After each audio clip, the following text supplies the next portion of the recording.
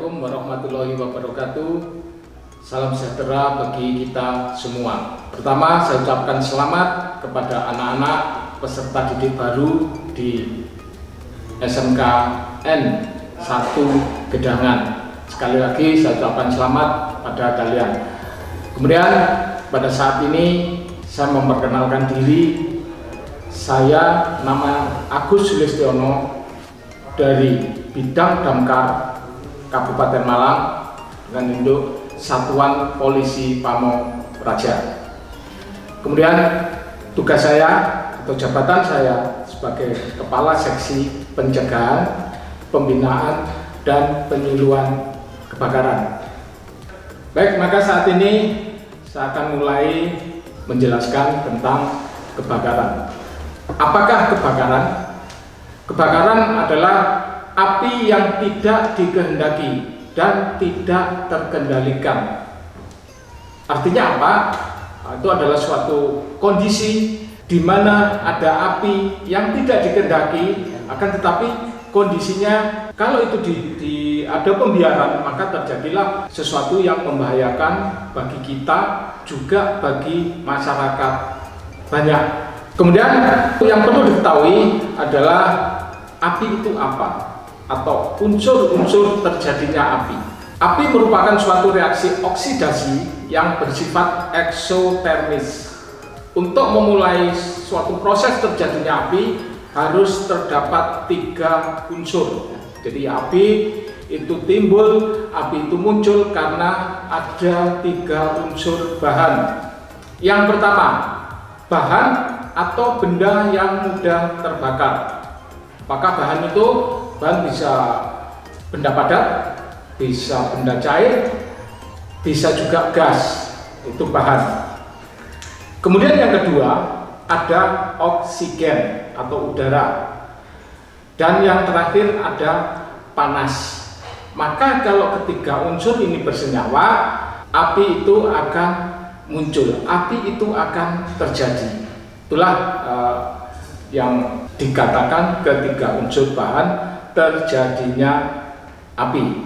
Kemudian berikutnya penyebab kebakaran. Jadi kalau kita tadi sudah mengetahui proses atau unsur terjadinya api seperti apa, sekarang adalah penyebab kebakaran. Kebakaran bisa terjadi karena apa? Pertama, terbatasnya keterangan dan pengetahuan tentang kebakaran. Kemudian kedua adalah kelalaian manusia. Yang ketiga, penyebab ketiga adalah binatang atau hewan. Yang keempat, kesengajaan. Dan yang kelima adalah faktor alam. Kemudian saya kembali ke atas, terbatasnya keterangan dan pengetahuan tentang kebakaran bisa jadi segala sesuatu yang ada di sekitar kita. Karena kita tidak memahami, karena keterbatasan pengetahuan, hal tersebut bisa menimbulkan musibah atau bahaya kebakaran.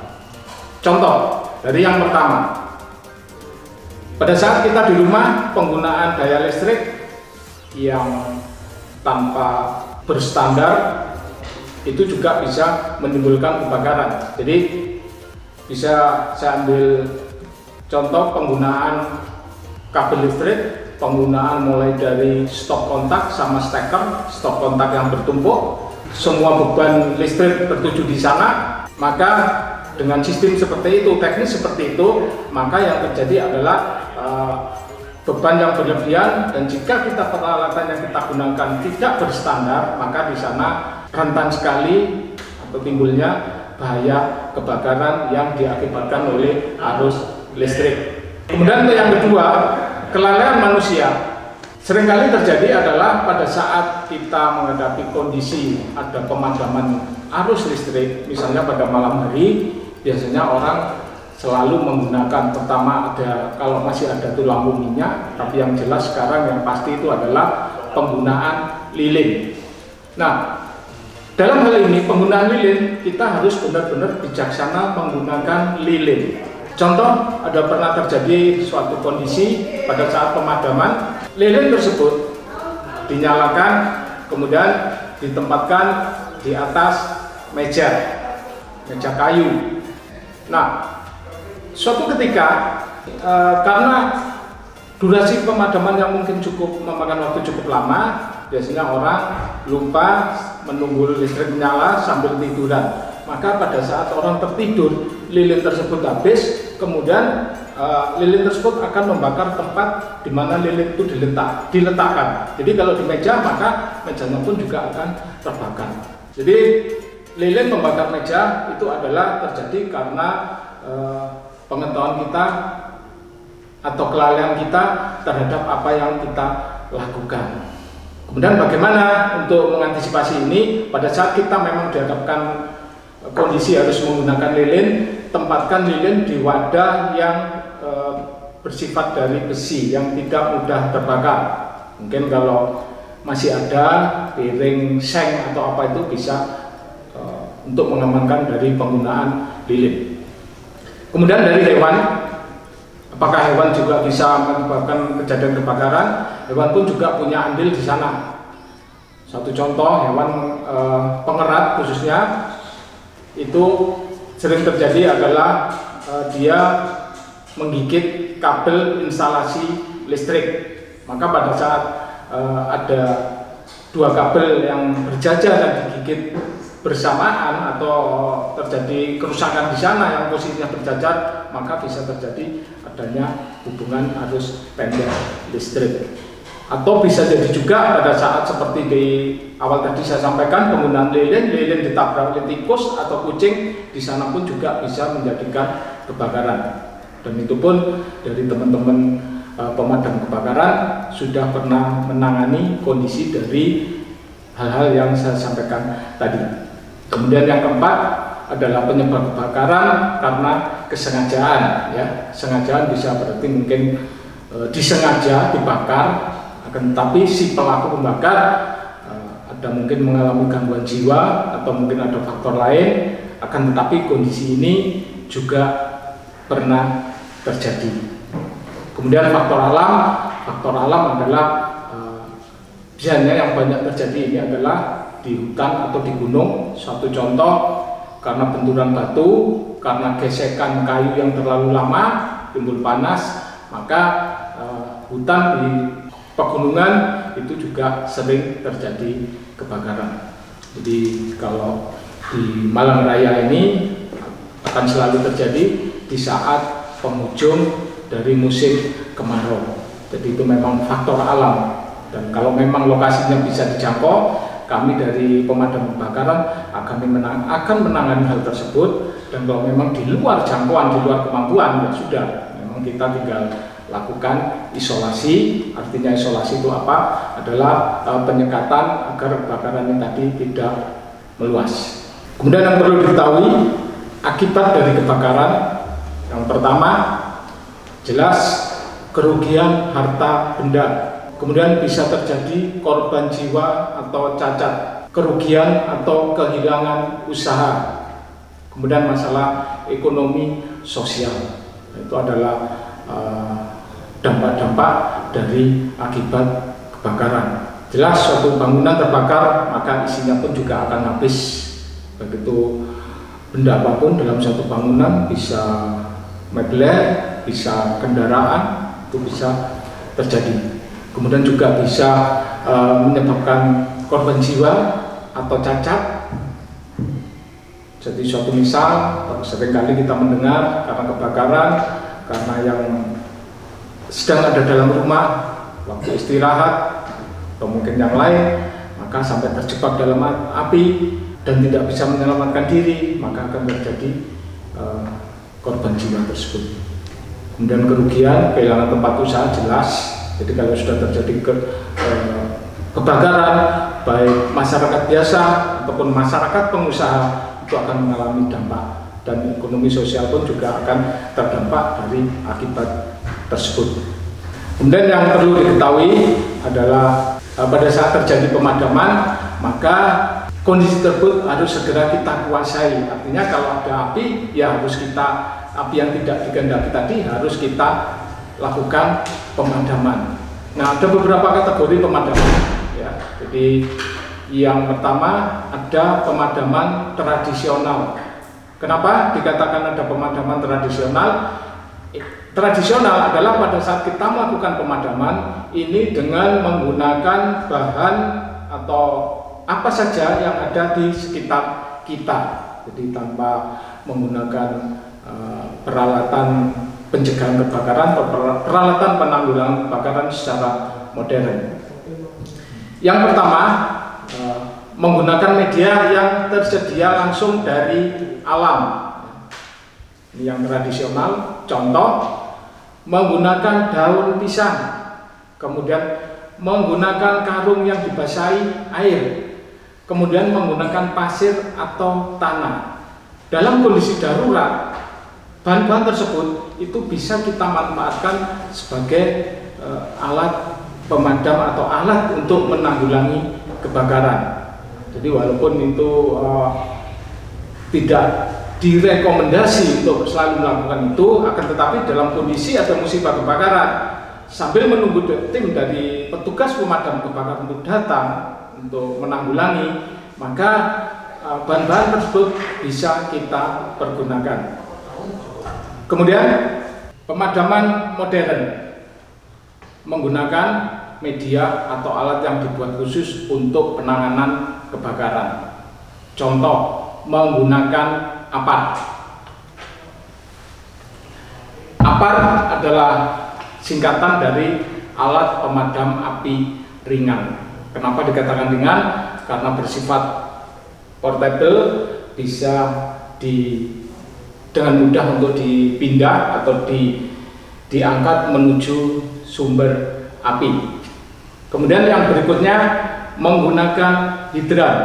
Kalau anak-anak masalah hidran bisa dilihat pas mungkin di lingkungan perkotaan, terutama yang sudah banyak, itu adalah ada semacam seperti kurang lebih seperti APAR ini, ada besi warna merah, di sana ada namanya hidran. Jadi hidran bisa digunakan untuk memadamkan kebakaran, bisa juga digunakan untuk mensuplai air bersih yang dibutuhkan oleh petugas pemadam kebakaran. Kemudian menggunakan mobil unit ini artinya adalah mobil pemadam kebakaran. Kemudian menggunakan sprinkle ini yang mudah kita jumpai adalah pertama di pertokoan besar, jadi di atas di plafon ini kalau ada semacam peralatan kecil-kecil itu ya, jadi memang instalasinya di dalam, yang muncul hanya ada seperti ya benda-benda kecil muncul, itu adalah fungsinya untuk memancarkan air. Jadi pada saat terjadi kebakaran, maka sprinkler tersebut akan memancarkan air dan bekerja secara otomatis. Kemudian dibantu oleh fire detector dan alarm. Ya, jadi ini adalah fire detector, itu adalah untuk mendeteksi. Di situ ada dua biasanya. Pertama dari heat detector atau smoke detector, jadi dari mendeteksi panas juga mendeteksi asap. Dan alarm di sini adalah berfungsi untuk menimbulkan suatu suara atau suara bunyi yang khas, yang khusus, yang mana itu adalah agar diketahui orang banyak bahwa di mana alarm berbunyi, di situ ada terjadi musibah kebakaran. Anak-anakku sekalian, perlu kalian ketahui, APAR yang ada di sekolah ini adalah APAR jenis ABC. ABC itu adalah fungsinya atau kegunaannya. Dry chemical powder itu adalah isinya. Kemudian apa itu yang dikatakan ABC?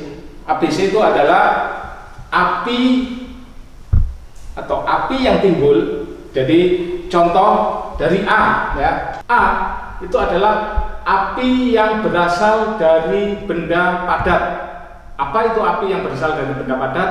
Api yang timbul dari contoh mungkin kayu, kemudian karet, kemudian kain, kertas. Itu klasifikasinya kelas A. Kelas B, apa yang dikatakan dengan kelas B? Kelas B adalah api yang timbul atau api yang terjadi dari benda atau bahan bakar cair. Contoh premium, pertalite, pertamak, solar, oli, dan lain sebagainya, benda-benda cair itu adalah klasifikasi B. Demikian juga dengan LPG itu kita klasifikasikan pada kelas B. Kemudian tinggal kelas C. Apa itu kelas C?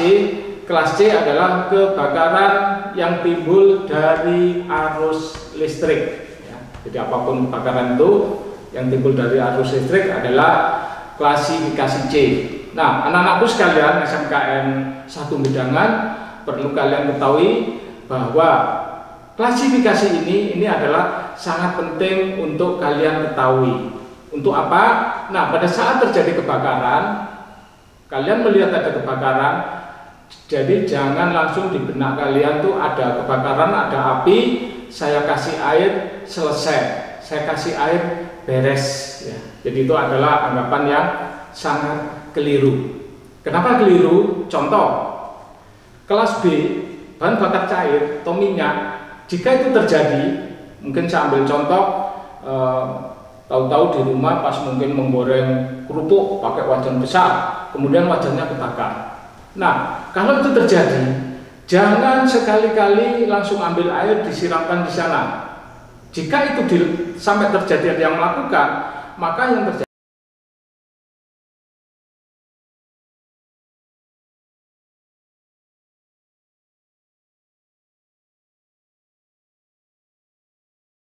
jadi contoh penggunaan air yang tidak tepat untuk kebakaran. Demikian juga dengan kelas C, kebakaran dari arus listrik. Jika itu kalian siram, maka akan terjadi konsleting tambah besar, artinya siapapun yang terdekat di sana akan tersengat oleh aliran listrik. Maka jika itu terjadi, bahan tradisional tadi yang saya sampaikan di awal itu bisa digunakan. Pakai yang kering, mungkin pakai pasir, pakai tanah kalau menghadapi listrik. Demikian juga dengan kelas C, bisa ulangi kelas C. Demikian juga dengan kelas B, bisa pakai bahan-bahan tradisional tersebut. Kemudian bagaimana dengan peralatan modern ini? Peralatan yang ada di sekolah kalian SMKN 1 Gedangan di sini adalah APAR, alat pemadam api ringan jenis recorder yang bisa mengcover untuk semua resiko kebakaran kelas A, kelas B, kelas C. Baik anak-anakku sekalian, siswa dari SMKN 1 Gedangan, saat ini saya akan menjelaskan penampang dari sebuah APAR atau alat pemadam api ringan. Jadi APAR terdiri dari ada valve, ada pressure gauge, ada hose-nya atau selang, kemudian ada fisik tabungnya, dan ada di balik sini ini adalah pen pengaman. Kemudian dan di sini ada seperti handle kecil, ini adalah tempat gantungan di mana APAR ini disimpan. Jadi misalnya tersimpan tergantung akan seperti ini. Kemudian cara penggunaannya seperti apa? Langkah pertama pada saat kita mau menggunakan APAR, ambil APAR atau angkat APAR dari tempat APAR ini disiapkan, pegang di valve bagian bawah, angkat sini. Kemudian bergerak menuju ke sumber api. Kemudian setelah dekat dengan sumber api, ambil jarak kurang lebih 2 meter, letakkan APAR. Kemudian setelah APAR diletakkan, apa yang harus kita lakukan? Langkah pertama, cabut pen pengamannya. Nah, pada saat kita mau mencabut pen pengaman, jangan pegang valve-nya, pegang di leher tabung, tarik pen pengamannya. Jadi ini tidak saya tarik karena ini masih dalam kondisi tersegel. Tapi langkahnya seperti ini, tarik pen pengaman, jangan memegang valve, pegang leher atau bagian atas dari APAR. Setelah ini terlepas, kemudian lepaskan hose-nya atau selang karetnya. Karena APAR ini bertekanan tinggi, pegang di bagian ujung di depan, angkat mendekat sumber api, ambil jarak kurang lebih sekitar 2 meter, baru tekan valve bagian atas. Tekan, maka isi dari APAR akan memancar keluar. Tekan terus sampai apinya benar-benar padam. Jadi jangan menekan sebentar, cas, tekan lagi, cas. Tidak ya, tekan terus sampai apinya padam. Dan yang perlu diingat, jika kita menggunakan APAR ini ada di luar ruangan, maka yang harus dilakukan adalah kita mengikuti arah angin. Kenapa seperti ini? Karena ini isinya adalah dry powder, serbuk kering. Jadi sangat berbahaya sekali kalau kita dengan asal langsung menyemburkan, memancarkan atau menyemprotkan isi dari APAR ini.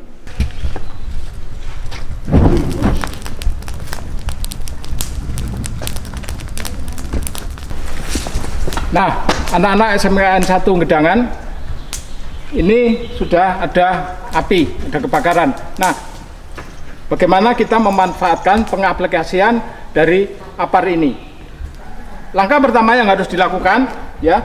Jadi, misalnya kita ngambil APAR dari tempat penyimpanan, angkat seperti ini, kemudian letakkan, pegang di bagian atas, tarik pin pengamannya, setelah itu lepaskan hosnya atau selang karetnya, pegang di ujung, kemudian mendekat ke sumber api, ikuti arah angin, kemudian kita tekan sampai apinya padam.